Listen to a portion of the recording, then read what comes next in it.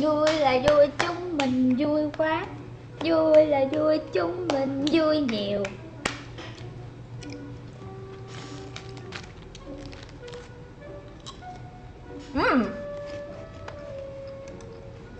Hãy truyền sự may mắn đó cho Alice đi nào. A few moments later. Kiểu lên chứ. Gì vậy?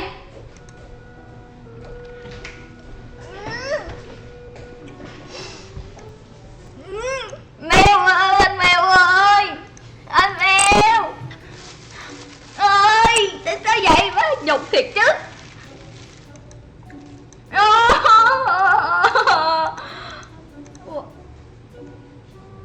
Khô trời. Hello, chào mừng mọi người đã quay trở lại với Action đây. Lại là mình Alice đây. Và như mọi người đã biết thì vào ngày 22 tháng 2 vừa rồi, Cyber đã cho ra mắt bản game chính thức. Và tối hôm qua thì Alice cũng đã có vào để mà chơi thử, để mà trải nghiệm cái bản chính thức này nó như thế nào. Thì chính là vì game mới ra mắt cho nên là không thể nào tránh khỏi những cái lỗi nho nhỏ, những cái bug nho nhỏ. Thì mình nghĩ đó là những cái lỗi mà mình có thể thông cảm, có thể hiểu được cho đội ngũ của Cyber ha. Và sau khi mà trải nghiệm game xong á, thì như mọi người thấy ở đầu thì có một số đoạn nó hơi bị ức chế chút xíu, nhưng mà tóm lại thì nó vẫn rất là vui và nó gọi là giống đến 90% so với lại bản alpha test, cho nên là những bạn nào mà đã chơi alpha test rồi thì sẽ không có bỏ ngỏ quá nhiều đối với cái bản chính thức này ha. Và bên cạnh cái việc mà chơi trải nghiệm cái bản official đó thì Alice thấy là cũng còn khá là nhiều bạn băn khoăn và có rất là nhiều câu hỏi về cái bản chính thức của game Cyber này, cho nên là trong video này hôm nay Alice sẽ giải đáp cho các bạn một số cái thắc mắc cơ bản về bản chính thức của game Cyber này nha. Let's go. Ok, và câu hỏi đầu tiên của chúng ta là can a player play two Cyber accounts on a same device? Một người chơi có thể chơi hai tài khoản Cyber trên cùng một thiết bị được hay không? Và câu trả lời sẽ là không. Các bạn không thể nào chơi hai tài khoản của Cyber trên cùng một thiết bị được ha. Ngay cả khi mà các bạn đăng xuất ra và đăng nhập lại, các bạn cũng không thể nào làm như vậy được luôn. Các bạn chỉ có thể chơi hai account trên hai thiết bị khác nhau ở trong cùng một cái mạng wifi thì được, that's okay. Nếu mà các bạn không tuân thủ theo luật chơi thì các bạn sẽ bị ban. Câu hỏi thứ hai là have Cyber planned to launch game on iOS or macOS yet? Cyber đã có kế hoạch gì để mà phát triển game trên hệ điều hành iOS hay là macOS chưa? Thì câu trả lời là có. Game sẽ có thể chơi trên được iOS và macOS vào khoảng 1 tháng sau ngày launch game, tức là vào khoảng cuối tháng 3 thì sẽ có nha. Câu hỏi thứ ba, how can I have or own NFTs which are side blocks to play games? Thì làm sao để mà tôi có thể sở hữu hoặc là có được những cái NFT là những cái con side block để mà chơi game? Thì hiện tại các bạn sẽ có 3 cách để mà các bạn có thể sở hữu một con side block, 3 con side block để mà các bạn chơi game.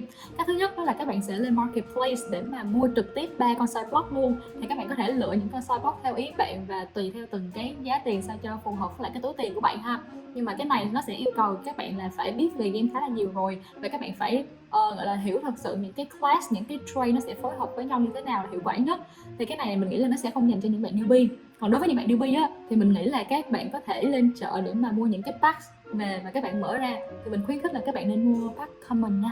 Ok, và còn một cách nữa cho những bạn mà không có vốn mà có nhiều thời gian để mà chơi thì các bạn có thể sử dụng hệ thống là side loan, tức là đi thuê những con side block về để mà các bạn chơi.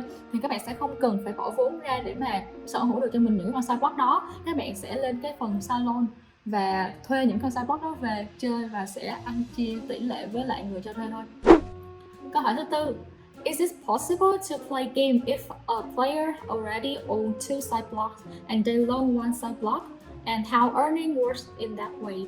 Thì cái điều này nó có khả thi không khi mà bạn chơi game, tức là bạn đã sở hữu hai con side block sẵn rồi và bạn muốn đi thuê thêm một con side block nữa để mà chơi game đó, thì như vậy nó có hợp lý hay là không, và nó sẽ gọi là earning như thế nào? Thì câu trả lời sẽ là yep, it's possible, tại vì mỗi một con side block nó sẽ earn riêng biệt với nhau và cái số CPT cũng sẽ được chia riêng biệt cho từng con side block khi mà nó thắng trận luôn, và nó cũng sẽ tự chia reward về theo cơ chế side loan, cho nên là các bạn không cần phải suy nghĩ gì nhiều hết ha. Cái việc mà bạn thuê side block đó, nó cũng sẽ có cái gọi là set phần trăm luôn rồi đó, cho nên là các bạn chỉ việc chơi và hệ thống sẽ tự động chia reward cho cả người thuê và người cho thuê thôi. Ok, câu hỏi thứ 5. If my side block is at level 1 and during the loan that side block is up to level 10 for example, so after the loan the borrower gives me back the side blocks, are those side blocks back to level 1 or still at level 10? Thì câu hỏi là nếu như mà side block của tôi đang ở level 1 chẳng hạn, và trong cái quá trình được cho thuê đó thì con side block đó lên level 10 ví dụ đi ha, thì sau khi mà cái thời gian mà cho vay đó thì cái người thuê á, trả cho mình lại cái con side block đó, thì liệu là cái con side block đó nó sẽ quay trở về level 1 hay là nó vẫn ở level 10? Thì câu trả lời sẽ là nếu mà bạn nhận cái con side block đó từ người thuê của bạn á, tức là bạn lấy nó về á, thì con side block của bạn nó sẽ quay về level 1 đó. Level 1 đó, cho nên là mọi người đừng có cancel nhé. Đừng có cancel, cố gắng hãy cày và giữ cái con side block đó, đừng có trả lại để mà nó reset level nhá. Câu hỏi số 6 lại là một câu hỏi về việc cho thuê và đi thuê ha. For example, my side block is at level 10, so when I land, is that side block still at level 10 or back to level 1 for a borrower? Tức là ví dụ như là con side block của tôi ở level 10 đi ha. Khi mà tôi cho thuê á, thì liệu là cái con side block đó nó vẫn ở level 10 hay là nó sẽ quay về level 1 cho những người thuê? Thì câu trả lời sẽ là con side block đó nó sẽ quay về level 1 cho những người thuê nha. Rất là mệt luôn đó, rất là cực luôn đó. Ok, câu hỏi tiếp theo. When will the mentor function be available? And do I have to recall the side block which is landing to mentor? Thì câu hỏi là khi nào cái chức năng mentor thì nó sẽ kiểu có thể sử dụng được, và tôi có cần phải recall, kiểu như là gọi nó về những cái con side block mà đang cho thuê, có cần phải gọi nó về để mà mentor hay là không?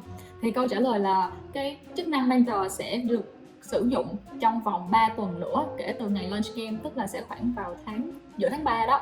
Và bạn cần phải recall cái con side block mà bạn đang cho thuê, lấy nó về để mà có thể mentor nó được ha. Hiện tại là như vậy, nhưng mà trong tương lai, trong những cái bản update tương lai á, thì họ có một cái chức năng gọi là flash load, tức là kiểu để chớp nháy hả? I don't know, nhưng mà kiểu là flash load nó sẽ giúp cho mọi người có thể mentor những cái con side block mà mọi người đang đi cho thuê mà không cần phải recall nó về luôn ha. Tuyệt vời. Câu hỏi thứ 8. If my account runs out of energy, will I still play in exhibition? Thì nếu như mà cái account của tôi mà hết năng lượng của ngày hôm đó thì tôi có thể tiếp tục chơi ở trong cái chế độ exhibition được hay là không? Thì câu trả lời sẽ là không. Đương nhiên là không rồi. Khi mà các bạn đã sử dụng hết 60 năng lượng của account đó trong ngày hôm đó rồi thì các bạn sẽ không thể nào chơi trong chế độ exhibition nữa ha. Nó không giống như SC là các bạn có thể chơi để mà kiếm thêm kinh nghiệm để mà lên hạng. Thì cái này nó do là nó chưa có dạng như là xếp hạng MMR, cho nên là các bạn sử dụng hết 60 năng lượng thì coi như là các bạn đã hết cái lượt chơi của ngày hôm đó rồi nha. Ok, câu hỏi thứ 9. If I transfer side blocks to another account, does that account need to wait 24 hours to play? Tức là nếu như mà tôi chuyển những cái con side block của tôi sang một cái account khác á, thì cái account đó có cần phải đợi 24 tiếng để mà có thể chơi hay không? Thì câu trả lời sẽ là không, bạn không cần phải đợi 24 tiếng để có thể chơi ha. Nhưng mà những cái con side block đó khi mà bạn chuyển qua nó sẽ bị reset level lại thành level 1. Ok, câu hỏi cuối cùng. Is there an in-game name? Tức là có tên ở trong game hay là không? Thì hiện tại thì trong cái phiên bản này thì là rất tiếc là chúng ta vẫn chưa có thể tự đặt tên ở trong game cho mình ha. Cho nên là các bạn không thể nào mà kiểu thấy được tên của đối thủ, nên là cũng không biết là mình đang đấu với ai hết, chỉ có thể kiểu đánh bò thôi. Nhưng mà trong cái gọi là trong cái phiên bản tiếp theo trong tương lai gọi là Cyber Reborn á, thì yes, nó sẽ có nhé. Các bạn hãy cùng đón chờ nha. Ok, và đó có thể nói là tất cả những câu hỏi mà Alice đã cố gắng thu thập được từ Discord và Telegram từ hôm qua cho tới hôm nay. Nhưng mà mọi người cũng xin lưu ý thì đây chỉ là một số câu hỏi tiêu biểu, một số câu hỏi mà nhiều người hỏi nhất và Alice thu thập lại để mà trả lời chung cho các bạn thôi. Cho nên là các bạn nếu như ai còn bất kỳ thắc mắc hay là câu hỏi nào thì hãy cứ thoải mái comment ngay bên dưới video này. Thì Alice cũng như là đội ngũ của HNA và đội ngũ của Cyber sẽ cố gắng support giải đáp hết tất cả các thắc mắc cho các bạn ha, để mà các bạn có những cái trải nghiệm chơi game tốt nhất. Và nếu như mọi người cảm thấy video này hay, video này hấp dẫn và bổ ích cho mọi người thì mọi người hãy cho Alice cũng như là đội ngũ của HNA một like và một subscribe để tụi mình có thêm động lực cho những video tiếp theo nha. Và mọi người cũng đừng quên là nhấn chuông thông báo để nhận được những video mới nhất từ tụi mình nha. Ok, bye bye, xin chào tạm biệt và hẹn gặp mọi người trong những video tiếp theo. Gì vậy ba?